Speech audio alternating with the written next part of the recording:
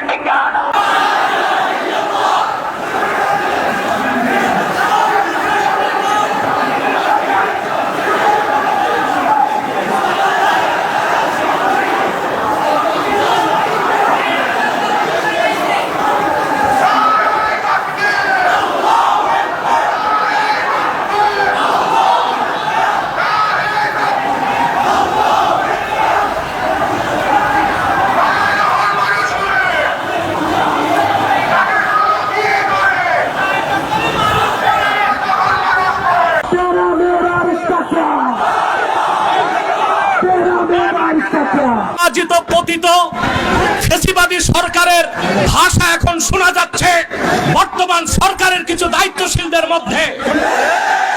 যেভাবে 16 বছরের ফ্যাসিবাদ ভেসে গেছে, আরেকটা বিপ্লবের তোরে মার্কিন দালাল যারা বাংলাদেশে মার্কিন এজেন্ডা বাস্তবায়ন করতে চাও তারাও ভেসে যাবে। প্রিয় ভাইরা, আপনারা দেখেছেন জাতিসংঘের বিতর্কিত মানবাধিকার কমিশন ঢাকায় কার্যক্রম শুরু করেছে। আমরা এটা চাই নাই। পৃথিবীর 16টি যুদ্ধ বিধ্বস্ত রাষ্ট্রে জাতিসংঘ মানবাধিকার কমিশন কাজ করে। আমার প্রশ্ন, বাংলাদেশ কি যুদ্ধ বিধ্বস্ত না স্বাধীন বাংলাদেশ?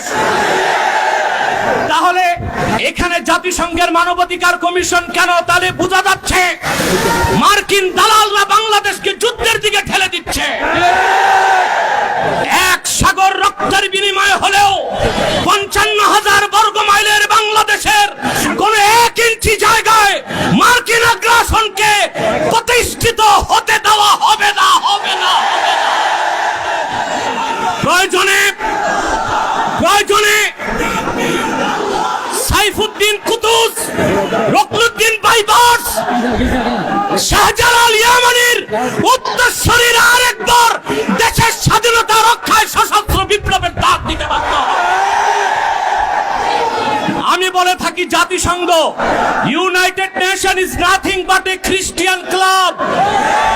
জাতিসংঘ মুসলমানের পক্ষে কখনো কাজ করে না। অমুসলিমদের অধিকার রক্ষাই তাদের কাজ। গাজাতে বছরের পর বছর নিরীহ মুসলমানকে হত্যা করা হচ্ছে, সেখানে মানবাধিকার কমিশন কেন না? কাশ্মীরে মুসলমানদের হত্যা করা হচ্ছে, সেখানে মানবাধিকার কমিশন কেন না? চায়নার উইগুরে মুসলমানদের হত্যা করা হচ্ছে, সেখানে মানবাধিকার কমিশন কেন না? আমরা জানি মানবাধিকার কমিশন কেন। আল্লাহ ও তার আখিরি নবী নূর নবীজি মুহাম্মদ সাল্লাল্লাহু আলাইহি ওয়াসাল্লামের আরশচুম্বী সম্মান মর্যাদার বিরুদ্ধে যে কুলাঙ্গার শাতেম কাফেররা বক্তব্য দিবে, তাদের শাস্তির দাবি করলেই মানবাধিকার কমিশন তাদের পক্ষে ঢাল হয়ে দাঁড়াবে। খেলাফত প্রতিষ্ঠার কথা যারা বলবে, জিহাদের কথা যারা বলবে, জঙ্গি তকমা দিয়ে তাদের কারাগারে বন্দী করতে চায়, আর সুযোগ দেওয়া হবে না।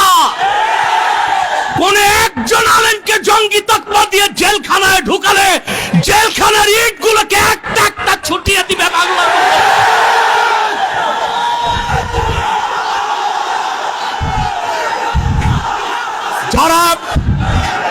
যারা শরিয়া রাষ্ট্র চায়, যারা জিহাদে বিশ্বাসী, তাদেরকেই পশ্চিমারা জঙ্গি বলে। আর যারা বুলেট নয় ব্যালটের পূজারি, ওইসব পীর আর মৌলবীদেরকে পশ্চিমারা মডারেট মুসলিম বলে। তারা মডারেট মুসলিম না, মুনাফেক মুসলিম। প্রিয় ভাইরা, জঙ্গি শব্দের উৎপত্তি কখন থেকে? টুইন টাওয়ার হামলার পর থেকে পশ্চিমারা প্র্যাকটিসিং মুসলিমদেরকে প্রশ্নবিদ্ধ করতে, জিহাদের বিরোধিতা করতে জঙ্গি শব্দ আমদানি করেছে। আর পশ্চিমাদের পা চাটা গোলাম প্রথম আলো কর্তৃপক্ষ এই জঙ্গি নাটকের পক্ষে তাদের বুদ্ধিভিত্তিক সহযোগিতা করেছে। সেজন্য আমি বলবো, মুজিবের 32 নাম্বার যদি ভাঙ্গা যায়, প্রথম আলোর অফিসকে মাটির সাথে ঘুরায় দিতে হবে। এটাই বাংলাদেশের আলেমদেরকে জঙ্গি তকমা দেবার ন্যারেটিভ তৈরি করে। জঙ্গি, আমি বলি জঙ্গি খারাপ না, জাং থেকে জঙ্গি। জাং মানে যুদ্ধ, আর জঙ্গি মানে যোদ্ধা। উত্তরা দিয়াবাড়িতে জঙ্গি বিমান ভূপাতিত হয়েছে, সেটা কি সন্ত্রাসী বিমান? না। যিনি পাইলট ছিলেন তিনিও জঙ্গি, যেহেতু যোদ্ধা। মুক্তিযোদ্ধারাও জঙ্গি, যেহেতু যোদ্ধা। এই শব্দটার অপপ্রয়োগ বাংলাদেশে শুরু হয়েছে শুধু ইসলামী রাষ্ট্র যারা প্রতিষ্ঠা করতে চায়, জিহাদের পক্ষে যারা, তাদের কণ্ঠ রোধ করার জন্য। তা মেনে নেওয়া হবে না, বরদাস্ত করা হবে না। এই মহাসমাবেশ থেকে ডক্টর ইউনূসকে বলছি, কান পেতে শুনে রাখুন, আপনার হালুয়া রুটির ভাগ যারা খায়, আপনাকে তারা বাঁচাতে পারবে না। অনতি বিলম্বে উলামায়ে কেরামকে জঙ্গি তকমা দেওয়া বন্ধ করতে হবে। যে সমস্ত নির্যাতিত আলেম কারাগারে আছে তাদেরকে মুক্ত করে দিতে হবে। আর জাতিসংঘের বিতর্কিত কমিশন কার্যক্রম বন্ধ করতে হবে, নতুবা আমরা মার্চ টু যমুনা দিতে বাধ্য হব।